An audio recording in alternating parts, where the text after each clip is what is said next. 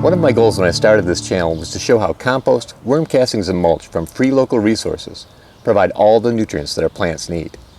Last month's soil test showed this to be true.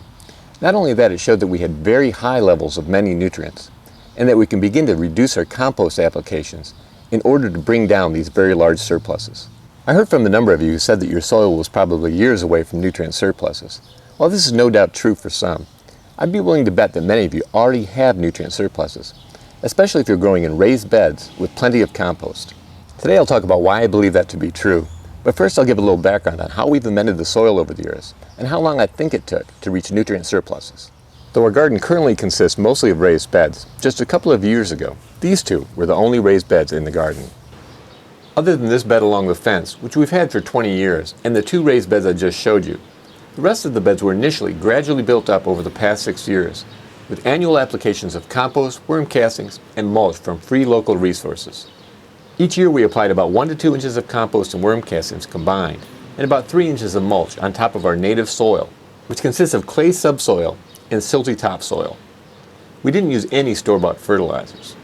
Before starting this transformation, the soil was very poor and only weeds would grow in the yard. I've provided a list of the free local resources we use in compost, worm castings, and mulch in the description below. When I tested the soil this spring, samples were taken from 3 of the beds that were built up gradually over time. A 4th sample was taken from a new shallow raised bed that was built on top of one of these beds. The samples were combined and sent to a lab for analysis. The lab results showed that most essential nutrients were at high or very high levels and there were no nutrient deficiencies. Given these results, it's safe to say that we reached nutrient surpluses well before the 6th year. Though I don't have tests to confirm it, my best guess is that we reached nutrient levels that were adequate or in surplus by the 3rd year. In lieu of a soil test, let's take a look at garden results. These beds didn't produce well in the 1st year, but by the 3rd year they produced an amazing crop of winter squash, which is a heavy feeder. The bed on the right produced the amazing cushaw squash in this picture, and the acorns and butternuts are just some of those harvested from the bed on the left. Likewise, we grew this giant dinosaur kale in a bed that was only 3 years old.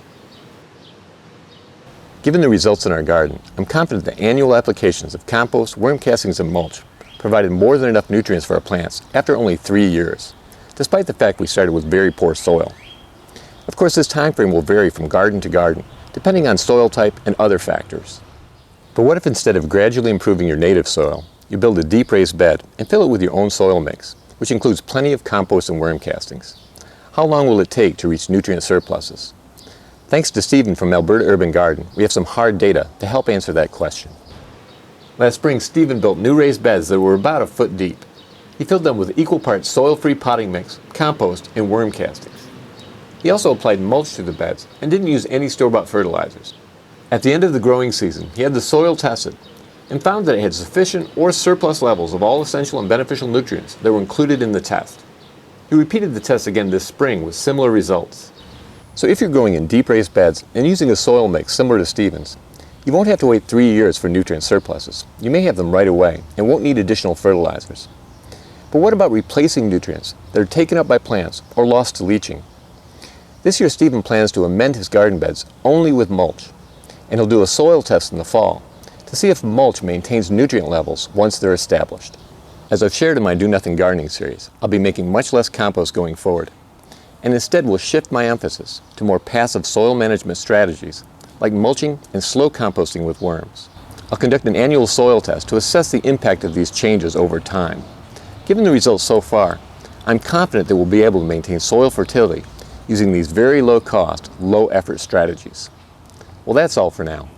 Thank you very much for watching, and until next time, remember, you can change the world 1 yard at a time.